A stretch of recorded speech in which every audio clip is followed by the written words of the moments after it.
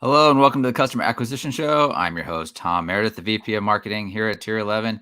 And today I'm joined by Mike Lambert, a resident Olympian, former VP of Marketing at Tier 11. Before that, he was Customer Success Manager, and now he's the VP of Customer Success. Welcome, Mike. Hey, Tom, great to be here. Yeah, we were just riffing on this beforehand.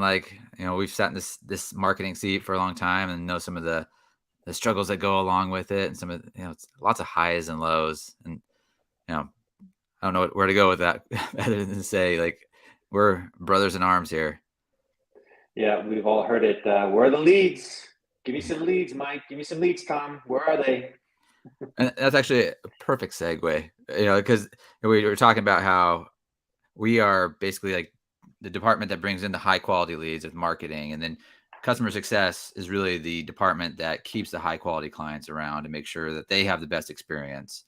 Like, talk a little bit about how you've seen the transition back and forth with your roles and how you think about making sure that we are delivering on the promise that marketing gives. Yeah, well, it's certainly is interesting because there's the message. If you think about the client journey, their first interaction with Tier 11 is on the marketing side, right? They're either listening to the podcast or they're seeing ads or they're engaging with us in some way, and they have a certain impression of what we do and what we're great at and what their expectations are going to be. And sometimes there can be a disconnect when they come over to production or the team that's fulfilling on their agreement on what they're delivering and all that. So I've seen how there can be a gap between what they're being delivered on and what they were sold or promised or whatnot. And so it's, I guess my role, I view it as trying to marry the two together, make sure that they have the right expectations coming in, and that the team is set up to succeed on the back end to deliver and hopefully over deliver on what they thought they were getting. So yeah. Yeah, I imagine expectations is gonna be, the main theme of what we talk about today. And like, whether it's meeting expectations, managing expectations, setting realistic expectations, like those are core to the things that you do within the customer success department. How do you, I guess from the very get go, like when we start talking about the onboarding process of a customer coming in, what's that look like for you? And like the initial stages of like meeting a customer and like getting on the same page. Yeah, I think for an onboarding to go well is that's the it's I guess it's the first impression of the handoff where they're no longer dealing with sales and they're working with the operations fulfillment team.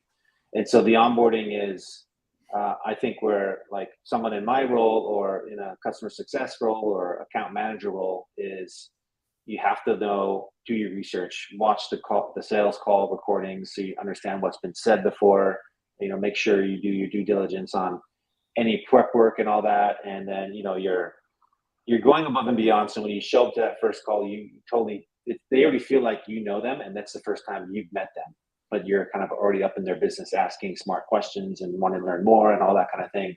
So I feel like that's always where you want to put a lot of effort, is that first impression from your standpoint and all that. So, what's an effective onboarding? It's your chance to make a first impression. It's delivering on their expectations. It's also setting boundaries. It's setting the tone. Just even how you show up to the call. Are you smiling? Are you energetic? Do you have your energy there? Do you show confidence that you know what you're doing and you're going to take care of them? And you're trying to earn their trust, and you do that by being very well prepared, and then laying out things visually, letting them know what to expect in the next, in our case, we do 4 onboarding calls over 4 weeks, and just kind of letting them know what's to look ahead and that kind of thing. So yeah, making sure you have a buttoned up, dialed up, effective onboarding with the right person leading it is huge. I've been on calls where we've had not necessarily the perfect person running it, and you just feel like it's kind of flat. You're just like, ah, man, they're probably like getting buyer's remorse right now because this call is almost kind of a downer. So it's almost like a show, right? They need to feel like, I'm getting taken care of. It's a lot. It's like when you walk into the restaurant, you expect you're going to eat this great meal from the chef, and that you've been sold that from the marketing standpoint. But if the waiter is bringing you in or whoever's seating you is doing a poor job, you're kind of off to a bad start. So. Yeah, and you talked a little bit about, like, getting up in their business. I imagine from the client side, like, the worst feeling is when they ask a question and we don't know what they're talking about. Like, how do you do you have, like, a series of things that I mean, you've done so many onboardings at this point that you know that they're gonna ask that you are prepared with? And, like, what are some of those key ones? Well, yeah, I think there's we in our process we try to ask a lot of those questions before the onboarding call. So we have our questionnaire where we're asking, what are your near term goals? What are your baseline KPIs? There's more things about their business, and so the more they put into that, the more that we can learn about them, and the smarter questions we can ask. So it is kind of a they need to come to the table with the right things too, and then we ask other deeper questions. But it's some of the other things that are important to us. We want to know what their objective is the first 30, 90 days, and then also beyond that, because we're trying to, what's the first thing of value that we can know that we can try to deliver on, and we know that, okay, we've hit their expectation. So it can get nuanced too. Like if they were coming from another agency, I want to know, okay, well, why did they leave that other agency? What did they not get from that other agency? So I'll kind of plant some questions in there to better understand where someone else may have faltered, so that we make sure we don't make that same mistake, whether it was just they were poor communicators or they didn't show us the plan or it felt like they weren't swinging the X all the time for us anymore. So it's really good to understand where they came from, to know, okay, that's something I definitely want to avoid, or I know I can over deliver there, so I'll put some more effort there, etc. And then, we've talked about it too, is some questions that seem almost like a given, but are really good to dig into, is the what's your why? What's your vision? And so, apart from reading about it on their About Us page on their website, really trying to pin them down to better understand what it is. And uh, it's amazing how many brands don't have that clarity, that singular clarity, where it's just like, what's your why? Like, and they can spit it out, and that that's something they've been thinking about. But when you have that clarity, it makes everything easier. Yeah, and I think the initial question when we ask that is usually almost always like a business goal, right? But that's not what we're asking at Yeah. all. Like we help purpose-driven brands achieve their vision, and we spend Hmm. fair amount of time like digging into what their actual vision is, like why they're doing this business. Um, what are some of like the more interesting visions that you've helped people find that they didn't even know they were trying to achieve? Yeah. One recently was in the auto industry, and we were with the owner, and we were asking that question, and it wasn't the onboarding call that we were doing this. We had already been engaged with them for a while, but this was at the point where we realized how important it was to really be aligned with someone's vision and have clarity on it, because it can be a guiding light whether you're doing a good job or a bad job, and it can tie down whatever you're doing to their bigger goal. And they didn't know, and so we had to literally start writing down and reading some testimonials and seeing what resonated. We even, I think at the time, Chat GPT was there, so we were trying to run through some stuff like, what does even Chat GPT think about some of these inputs? And we were, with a little bit of that help and a little bit of our just kind of free thinking, we did kind of nail it down, and it was something along the lines of, we help DIYers create memories with their loved ones, and it was kind of, sounds a little.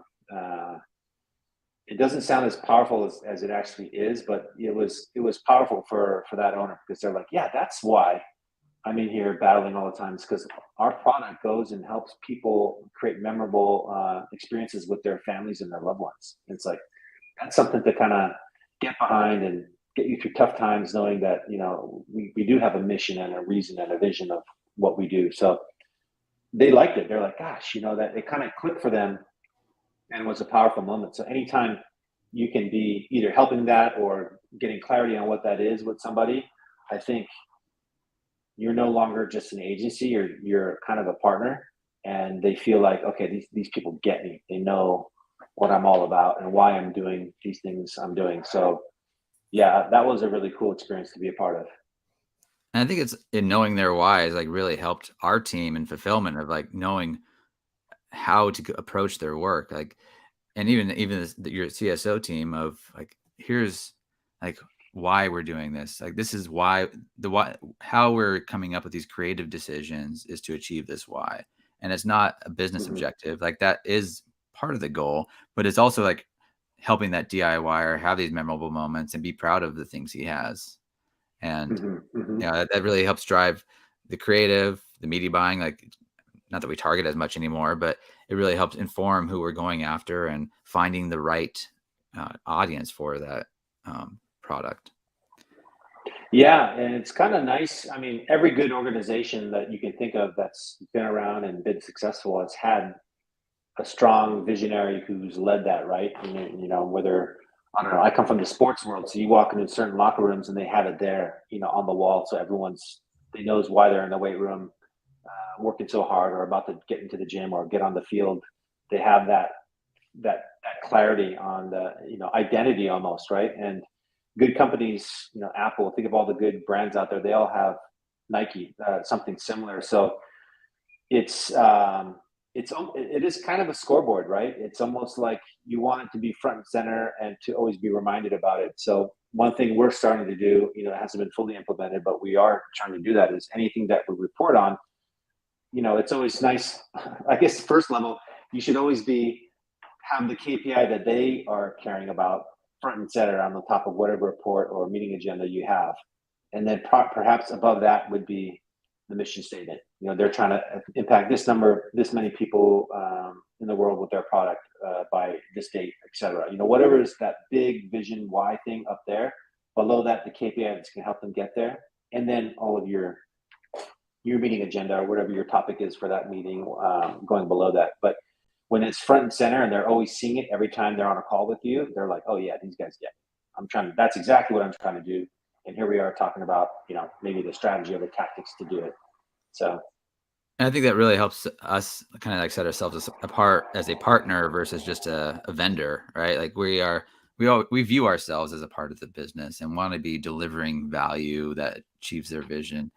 Um, Talk a little bit about like the difference between like actual value and perceived value in this relationship. yeah, that's a good one. So, you know, that is exactly how you ascend from being just an agency that's been hired to like a partner, almost like a business partner. Is you want uh, to build up the trust, and you do that and over deliver and find ways to over deliver on perceived value, right? So you could look at it like this way, like two ways. So actual value is just like I could look. It's like delivering on the exact scope of work, providing the media buying services, creative production, or whatever it is you may be doing, CRO, etc. Um, Hitting their KPIs, producing quality work, giving the data analytics and learnings and all that kind of thing. It's what they expect to get when they pay your invoice every month. It's like, okay, I'm paying this invoice for these services. That's what I'm getting. And then the perceived value is kind of like what we're talking about. It's what's their user experience with you. Do these guys get me? Are they asking me really good questions? Do they really? Are they are they great at communicating? Are they do I like getting on a call with them? Or is the call kind of flat and boring? I'm just can't wait for this call to get over with my agency. And I think if you're always interested in their business and their goals and asking those why questions and trying to dig deeper into that, I think that's where you build up that perceived value and you become a partner, because you're not just showing up to work and swinging the axe and doing what you need to do and going home. You're actually in there like as if you were a part of the company. So I certainly try to do that and have our team do that. And when we do that, that's when we have these long lasting relationships where that kind of take you through the low times, right? Because we're in direct response, and everyone knows here in direct response that like algorithm had an update, and then for a whole month performance is down. And if you're just an agency, that's an easy cut for me, right? If I'm a business owner or a brand. But if it's like, but I need these guys because they're not that replaceable. or, I know we'll get through this because they just care so much. And, then that'll get you through those times too. So it's really beneficial to everyone, right? It's going to make you do better work. They're going to like getting on with you more. It's kind of a win-win investment as far as, what you could be doing as an agency. So you talked a little bit about like wanting to get on calls right here, and then earlier in the onboarding, where you had some onboardings where maybe they were dragged a little bit. Talk a little bit like how you have that right person there. That it's not. I mean, it's a little bit of a show, but it's really building a good relationship. Like, how do you find the right team members to fill that role where it is creating a strong partnership and relationship? Yeah, and in our industry, you could kind of play it a bunch of different ways, right? You could have your best hands on the tools person who's going to be in the weeds, be client facing, because they're going to be able to answer all the technical questions and they know the account inside and out from like a weed standpoint.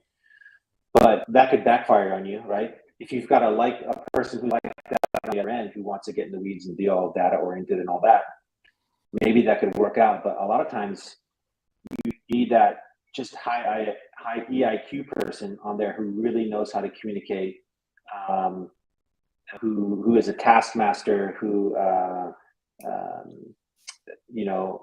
just that's it. I think high EIQ, great communicator, loves to communicate, taskmaster. Those would be the 2 things I think that if you were to look in another industry, like say in B2B SaaS, that's what those account managers or CSMs are great at. And these are companies that have a proven model. We know, B2B SaaS is this huge industry where they're able to scale to enormous sizes because they have those types of people interacting with their clients. And so there's a lot to learn from that. And I think it works very well with digital marketing. Yeah, you need to know a little bit about digital marketing and all that, but you really know how to manage the person across from you, right? You need to be able to understand what type of person are they. Are they like I just want to, show me what work's being done and I'm out. Are they like a people person too? Are they, I need all the data and information, so show me a lot of that. You have to kind of know how to, okay, this person's going to do well if I feed them this type of information. So that's where the EIQ comes in, on knowing who you're working with so that you can run the playbook that's best suited for their kind of profile, as it were. So I don't know. I think that role is just so important. You can't just have anyone there. You have to have someone who's going to be able to work with that person, and they don't have to be in the weeds expert, right? They can get that information, but they just need to be able to understand that other person, their client. Get them to be able to say, "Yeah, that's right. That's what I want." That's like something out of Never Split the Difference, right? Is being able to ask questions and dig deeper until you get to the point where that person says, "Yeah, that's right," and they feel understood. Because people want to just feel understood. So if you're good at doing that, you'll be able to get them what they want. So that could be arguably even more important. Yeah, I think of it kind of like in our relationship with Facebook and the different partner managers we've had over the years. And that's functionally like their role. Really, they don't know all the technical stuff that we know or need, but they're really there to help understand our business objectives and what we specifically want. And then they go back to their team of, subject matter experts, technical people, figure out the right pieces to put together and come back to us with a solution. And that's basically what we're modeling here as well with our CSOs. Yeah, that's exactly right. I was with Ralph, our CEO, when we got to go to the Meta headquarters in Austin, and that's almost exactly what Ralph said. Because we did have a partner manager who I would put in that bucket, who's very good, kind of external client facing, not the expert who's going to answer all the technical questions, but knows, okay, for that question I need to cue in this person and this person. And so when we showed up, we were there to kind of, co-host the client, but we also got a presentation that was kind of customized to us as an agency because, we're a partner, we're at a certain status level with Meta. And the presentation we got was like, Ralph was kind of like, wow, this is great. They're really doing this all for me. And, she organized everything really well. She had strong questions. She had a presentation. She had good follow-up. There was an email after that. There was some other things that happened after the meeting. And it was him feeling like he was taken care of and him feeling that he was important. And you could see that in just the the deliverables that they did, the people that were brought in, the presentation that was made, the kind of follow up and all that. So it makes an impact because you're like, okay, yeah, I'm like got the VIP treatment there. So it's a good thing. I think the trick is for agencies is how do you do that where you have, if you're trying to scale too, to do that without, you want that high touch experience with low touch, not effort, because you're still putting the effort, but you know what I mean? It's like you need to be able to increase the perceived value without having it so draining on the team. And I think there's smart ways to do it. You just have to build that out beforehand so it becomes a template that the team can fulfill on, but that the output of that template is high quality work. We can kind of get into that if you want to as well. Yeah, I think we should get into that. I think, and going into like the template a little bit, having customer acquisition amplification, this template that we basically apply to all customers, is sometimes piecemeal based off the business needs, really helps a lot in that communication of the value and aligning it with their business needs. So it's not always custom work for each one. It's a template that or a framework that we've proven out over multiple clients, that we can just showcase in a way that it aligns specifically with their business. So it does feel exactly like it is for them and only for them. Yeah. So that's the CAMP framework. That almost kind of goes back to the first thing we talked about, which was kind of marrying up the customer journey from when they engage with us as an agency on the marketing side, then the sales side, and then the fulfillment side, right there. It's camp all the way through, which is what it should be. Yeah, you're right. It's the framework. It's how you look at a business to see, okay, where could the gaps be? Like you definitely need all these four things to be working well. Whether it's your creative has to be on point. You have to kind of go deep there and know who you're talking to and what kind of messaging playbook you're going to run. You have to have the right blend of traffic. You have to, the experience after the click has to be on point. And your data has to be there so you know what you're looking at to judge if you're doing a good job or not. So I think that's a great overarching template. And then on the account level, as you work with someone, it's like it's always easy in the very beginning when you work with someone because you're full of ideas. You've kind of done the audit on their account. You're like, okay, for sure they need to fix this and we'd want to do that and do that. But like at month 6, month 7, you're probably out of ideas, and like, how do you keep showing up and delivering value for that client, right? Like, what do you do? What keeps you on track? Are you just ad hoc and wait for things to kind of fall off and then, circle the wagons and try to, leverage the brain trust of the agency and the experts to come up with a plan, or what are you doing? So we kind of went through that as well, right? So, and it's hard. That's very like demanding and draining on everyone and not very repeatable. But like one thing that I think we've done a good job of, and I think is representative of a template that you can scale out as you scale up, is with us, we have, after the onboarding, we're going to then do a monthly report, and that'll be our first chance to look back, get some learnings, and have a plan going forward for the month. But at the 3-month mark, we're going to do a QBR, and we kind of have dialed that in some, where that then becomes, it's almost like that's going to carry you. You're going to get all the learnings to get to look back 3 months, right? And so there's more to pull when you have more data to pull and more learnings you can do. So it's a good retrospective that goes far enough back to be significant and worthy of the effort. And it also lays out what you want to do for the next 3 months. And so it does give you don't run in that scenario where like, oh, I don't know what to do anymore. Because like if you've done the QBR, you're like, okay, we have these 3 things that if we could do this, I know based on what we've learned and what we know about you, this is going to help impact the business. And that gets you to the next 3 months, right? And then you have 2 more monthly reports in between. And that's a good way to do it. What we learned is that it's also an accountability doc, because a lot of the times, if as in a real partnership, it's like, okay, here's what we can do to influence it. These are our decisions on media buying. Here's what we can do from a creative standpoint. here's what we can do from a CRO standpoint, et cetera. But it's also like, we could do all of this, but unless we have more creative content from you, more UGC or more of this or more of that, like it's gonna be hard. That's the firewood to put in our ads to make a big fire, right? If we don't have any raw assets to work with, we're not going to do it. So maybe it's us being able to hold a client accountable for, look, if we want to succeed and hit your vision of doing this and hitting these KPIs, et cetera, you need to invest to make sure you deliver this. And your team's not doing it, or you don't have that capability. Here's a reference. Here's a partner who can do it.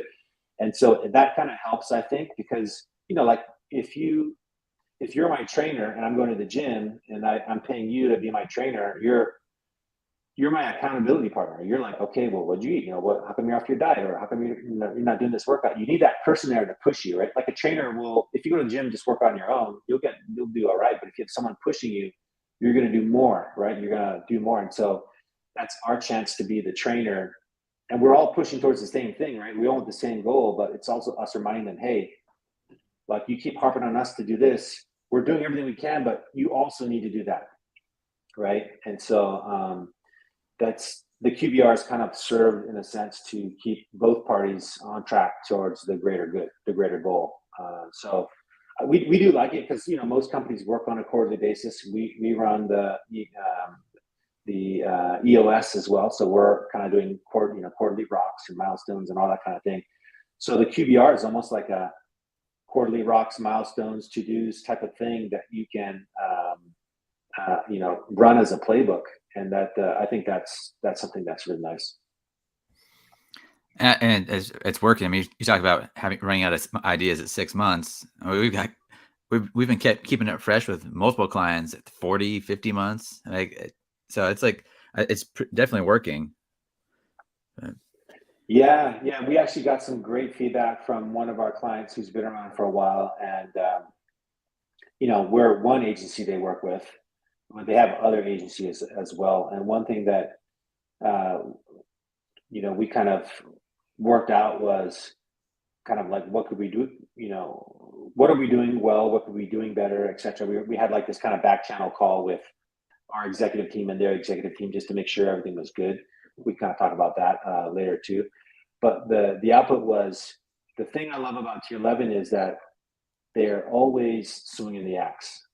I never feel like they're just clocking it in, checking in, and not really delivering for us. They're always trying to find new things to test and always trying, right? So that's one thing I think every client that we've been able to retain more than like our average retention rate is, they just feel like they're a team that's going to swinging the axe for them and going to town and doing the work and showing up and caring, right? Because it's easy to get complacent. And when they sense complacency, like, oh, okay, I'm just another client for this agency. They're just, here's the same old weekly report, nothing new. They're just kind of checking in. Then they go, okay, they don't feel that special, and they churn. And we've had that too. Like we've gotten feedback on these back channel calls where they felt the team wasn't swinging the axe, and that they were just clocking in to do a job but not really trying to impact the business. And we've had to switch teams to make sure that we could deliver on that. So that's it's an easy trap to fall into, but I think again the QBR can kind of help that, because it at least shows, look, they have a plan. At least I know that what they're trying to do. They gave me this plan and they're working that plan. So even just showing up and knowing that you have a plan is a good sign and a good thing you can do. Yeah, and I think just being able to show your decision making. I mean, coming from a creative background, I always had a lot better approval rate when I described my decision making process going into presenting something, versus if I just dropped a creative in front of somebody, then they are kind of filling in the gaps of, well, why is this there? Why is that there? But if there's, again, a why, then it explains a lot, and people can see and try new things when they understand it's been thought through.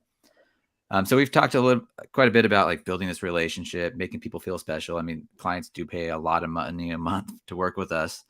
Talk about, and this is all kind of like happy times. What about the tough times? How do we have these tough conversations with clients?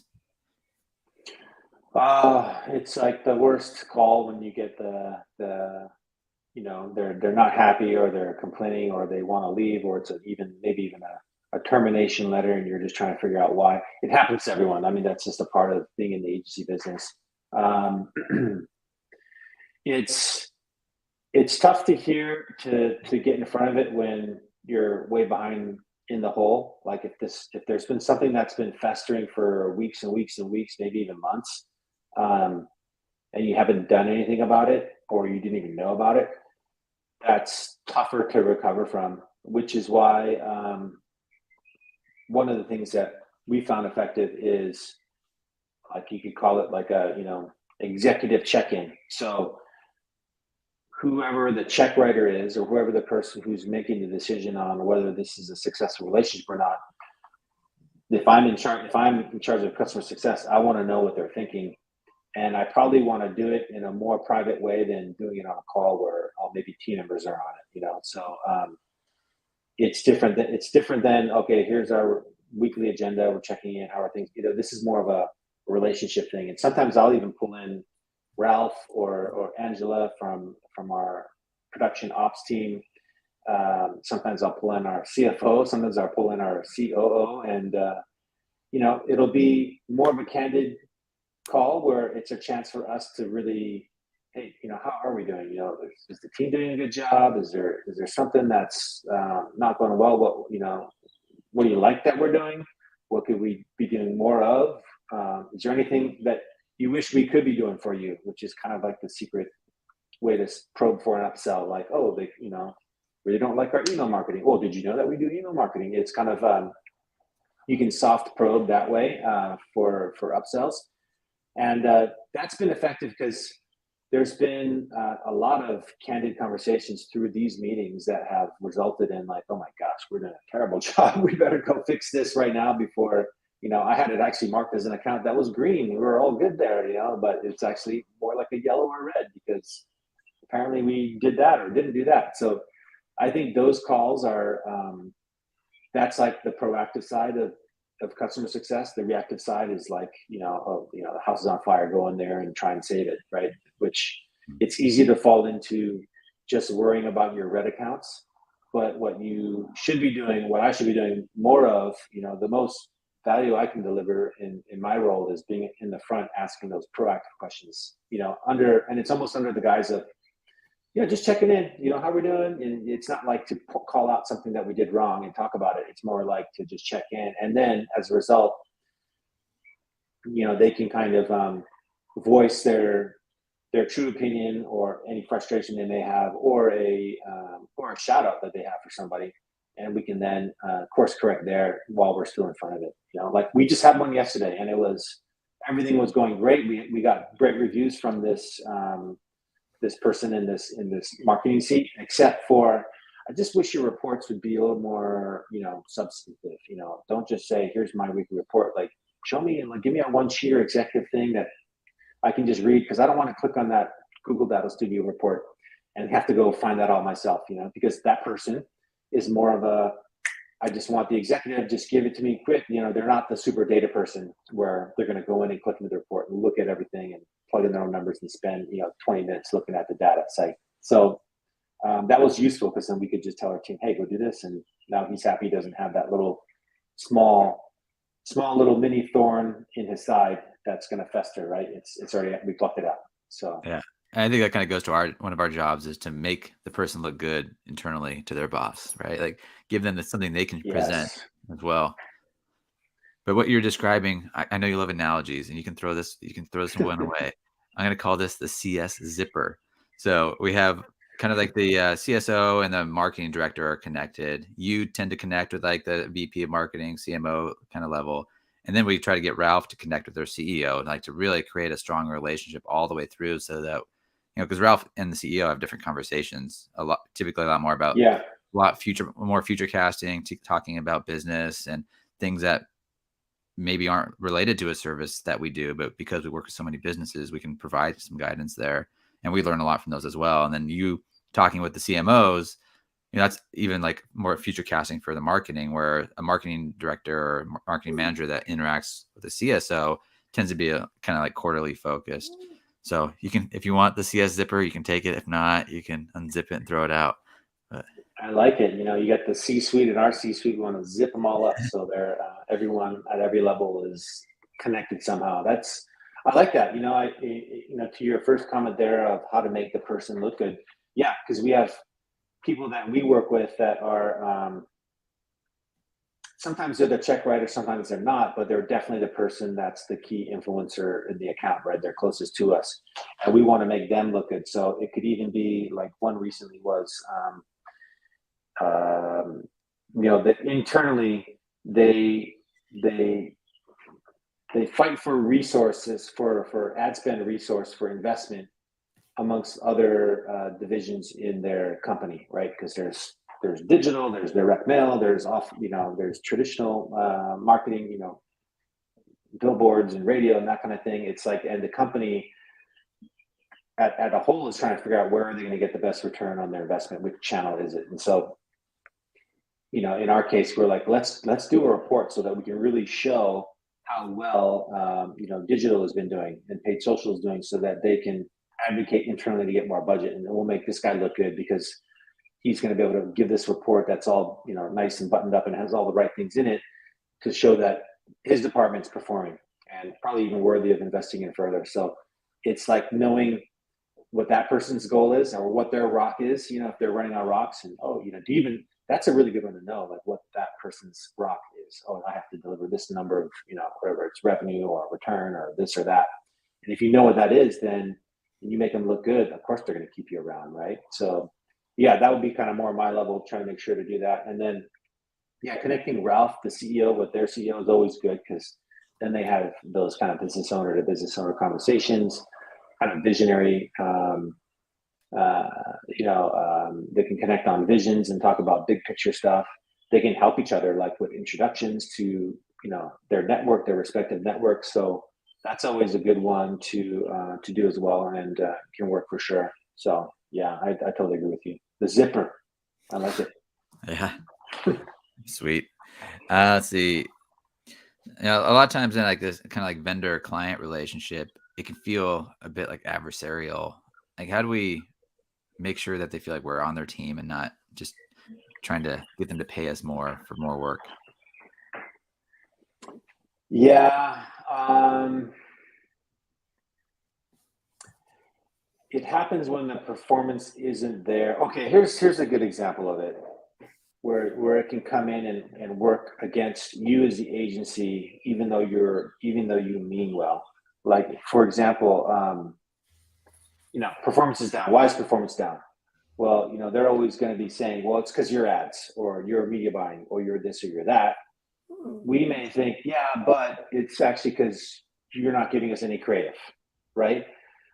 Well, which may be true, but it can't come off that way, because that comes off as you just pointing the finger at someone else for the bad result that everyone is experiencing, right? So I think if you always come from the frame of, let me turn the mirror on me and self-reflect, make sure I'm delivering and we're doing everything we can on our side of the table, then I earn the right to then point the finger, right? But if your first reaction is, well, because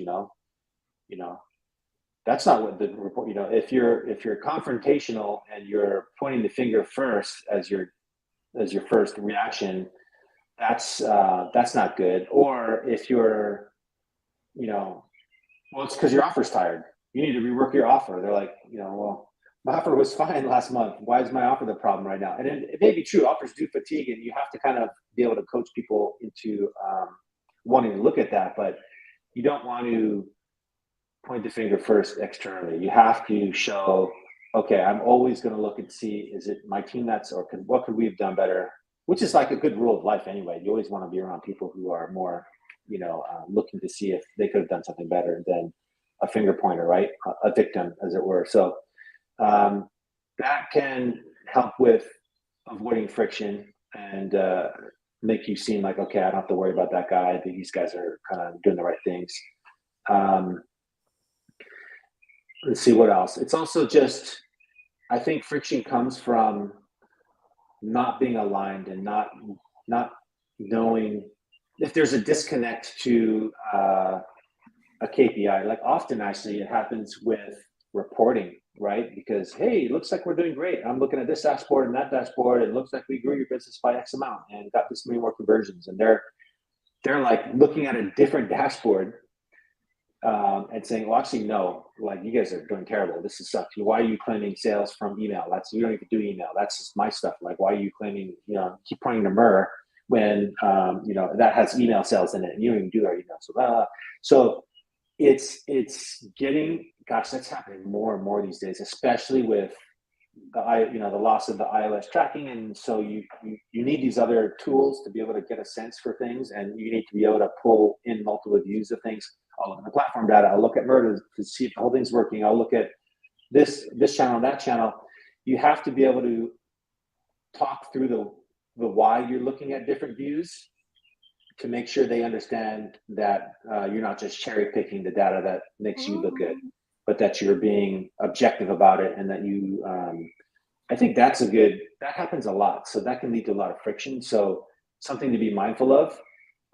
Don't assume that they know why you're looking at a certain view or attribution model or platform or whatnot to get a view that's advantageous to you as an agency, but that you're doing it because that gives you an indication of this other thing. So, I'm not like hanging my hat on this, but I am keeping an eye on it because that would tell me a trend here. If I see a difference there, then that means I should be looking here.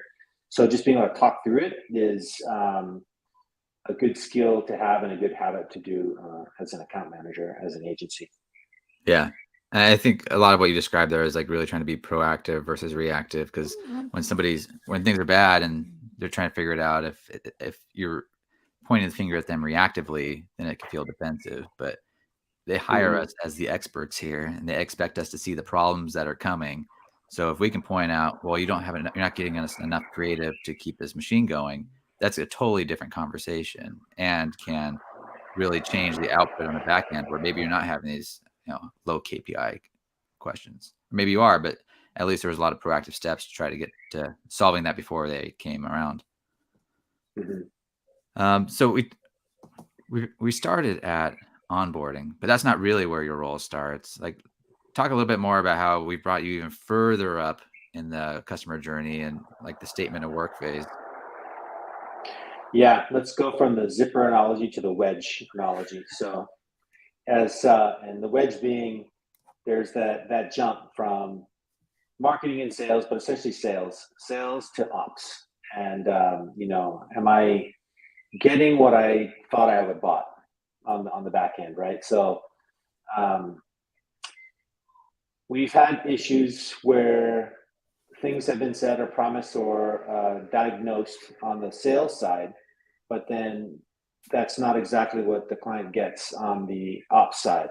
And so it's a real thing, right? Because you want to, like again, that kind of customer journey, you want them to, the expectation to always be met as they go through. And oftentimes you can point to, you really have to be smart about what you say you're going to do in the beginning, and that your team behind you can actually do those things, and that's the right thing to be doing. So what we've tried to do in this wedge kind of thing is get someone on my role who has enough of I'm dialed in enough with what the ops team is able to do, what we're good at, what we should be doing from an order standpoint, and bringing that over to sales so that before we're trying to close this client to work with us, we're making the right promises in the right order so that we can then fulfill it on the back end. Like, for example, if they're getting pitched all these fixes on their media buying, but what they really need is, God, they got to get their tracking sorted out first, because their tracking is a mess and we don't even know what we're doing. And then we try to do that, but at the same time, we're charging for media buying, but that's not what they should have been getting. That makes us look bad later on down the line, right? Whereas if we had smartly done the scope of work saying, nope, I know you came to us for media buying, but the first 30, 60 days, we're doing this. We're getting your offline tracking set up. We're getting this third-party tracking tool to get the right visibility into the right scoreboard. We're doing that first, and then we can turn on the ads and we'll media buy and bill you for that over here. So that is, and that kind of changes the way we do everything, the way the team that we bring on, the experts that we have working on the account, the way we build them and everything, but it's the right thing to do. That's what they needed at that time, even though they came in thinking, oh, we're going to tier level because we want, their media buying, etc. So it's giving the right diagnosis and the right solution, and delivering that. So again, just I go up there as the wedge to just check the dots, make sure, okay, sales, okay, that looks good. You guys, okay, that's exactly what we should be doing. No, we need to switch this up. Actually, we need to do this instead. We'll do that first, then we'll do that second. This is more important. And making sure we have the right order of events dialed in, so that we avoid the missed expectation on the back end, because that's the worst, right? You guys have been billing me for this, and now you're telling me I need this, but you're just backpedaling, and that's the worst place for you to be on the agency. As an agency, is always backpedaling on stuff that you were doing and saying you're the expert at. Yeah, and it again comes back to making sure that we are aligned with their business goals and what they really need versus what Yeah. we want to charge them for. Because if we just charge them for what they ask for, that's not necessarily what they need. It's like, I mean, this is a different kind of why, but like, why why do we do this? Because we have to do this first, and we have to do that first before that, and it's like Mm-hmm. always things that have to be foundational before we can do the thing that they really want. And I think that's been an important role they've been playing in making sure that we're aligned there. Yeah.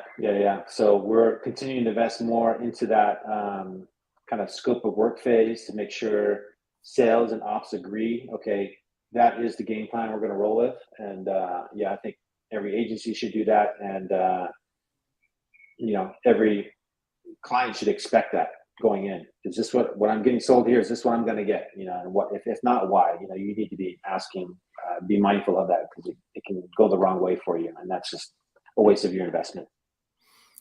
All right. So talking about that investment in great CS, and I know we're hiring for CSOs at the moment. What is a good CSO great at? Gosh, if you are and you want to join our team, and you have high emotional IQ, you love to communicate, and you're a taskmaster and can follow through, come join our team. We're building out this great customer success vertical. That's how we want to do business with people. If maybe you've been an account manager, so we're looking for someone who's, there's two things you can be great at. Ideally, you are balanced in both, but great at customer success. And maybe you were even outside digital marketing. Maybe you've been in B2B SaaS and you've been formally trained in customer success. You love those skills. We want to bring that in. Or you're strong in digital marketing, but you love working with people. You got high EIQ and you're a taskmaster. That's, we want that person. We're looking for those unicorns.